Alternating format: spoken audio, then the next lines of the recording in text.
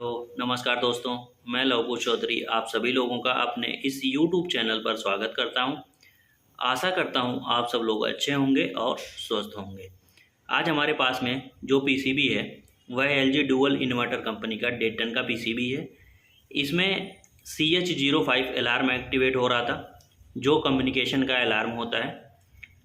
तो हमने इस पीसीबी को चेक किया तो इसके आउटडोर पीसीबी में कम्युनिकेशन सेक्शन में एक ऑटो कपलर ख़राब था, जिसको हमने चेंज कर दिया है।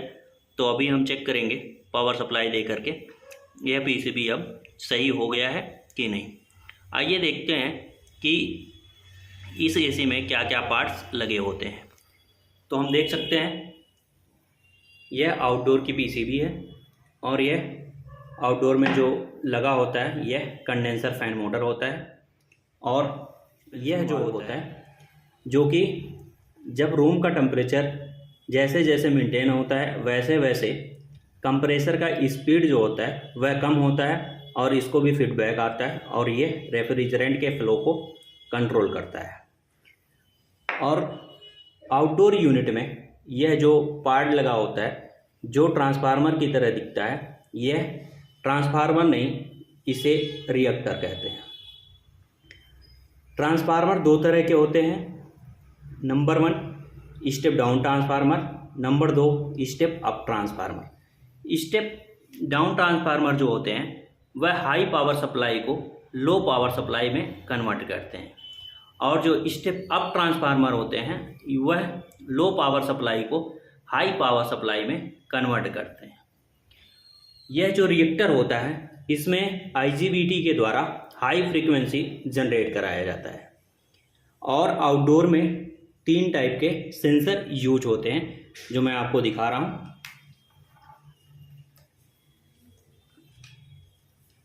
आप देख सकते हैं यह 3 सेंसर हैं। यह जो सेंसर है यह एम्बिएंट टेम्परेचर सेंसर होता है, और यह जो 2 सेंसर होते हैं वह आपके एक डिस्चार्ज पाइप सेंसर होता है, एक सेक्शन पाइप सेंसर होता है।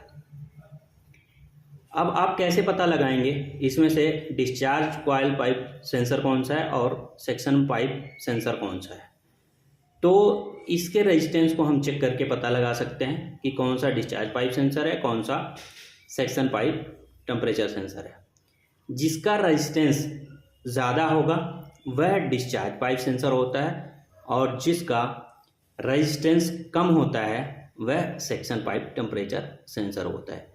एक्चुअली बहुत सारे पीसीबी में डिस्चार्ज पाइप सेंसर जो होता है वह अलग लगा होता है, और डिस्चार्ज पाइप सेंसर अलग लगा होता है, और सेक्शन पाइप सेंसर और जो आपका एम्बिएंट टेम्परेचर सेंसर होता है वह दोनों एक साथ में लगे होते हैं। किसी किसी पीसीबी में तीनों एक साथ लगे होते हैं।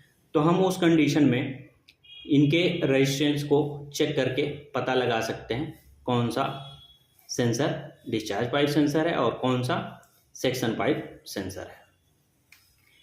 यह जो एम्बिएंट टेम्परेचर सेंसर होता है यह एसी के पास का जो एयर होता है उसके टेम्परेचर को सेंस करके एमसीयू को फीडबैक देता है, और एमसीयू फैन के स्पीड को कम या ज़्यादा करता है।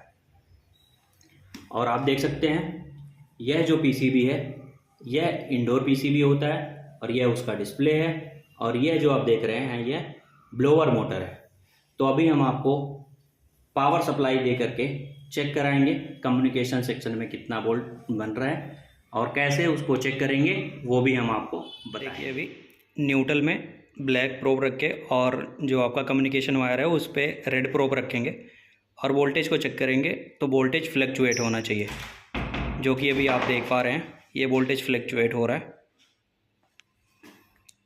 आप देख सकते हैं न्यूट्रल पर ब्लैक प्रोब है और कम्युनिकेशन पर रेड। देख सकते हैं हमने इंडोर को चालू कर दिया है, और जो हमारा कम्युनिकेशन का वायर है वो आउटडोर से डिस्कनेक्ट किया हुआ है, और हम चेक करेंगे न्यूट्रल पॉइंट पे, और जो कम्युनिकेशन का वायर आता है उस पर चेक करेंगे तो वोल्टेज जो है वो फ्लक्चुएट नहीं होना चाहिए। आप देख सकते हैं 2.267 वोल्टेज जो कि फ्लक्चुएट नहीं हो रहा है।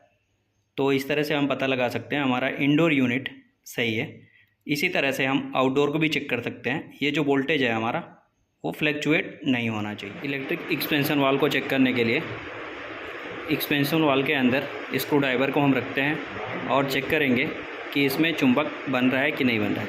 अगर चुंबक बन रहा है तो एक्सपेंशन वाल्व प्रॉपरली वर्क कर रहा है, अगर चुंबक नहीं बन रहा है तो एक्सपेंशन वाल्व में प्रॉब्लम हो सकता है।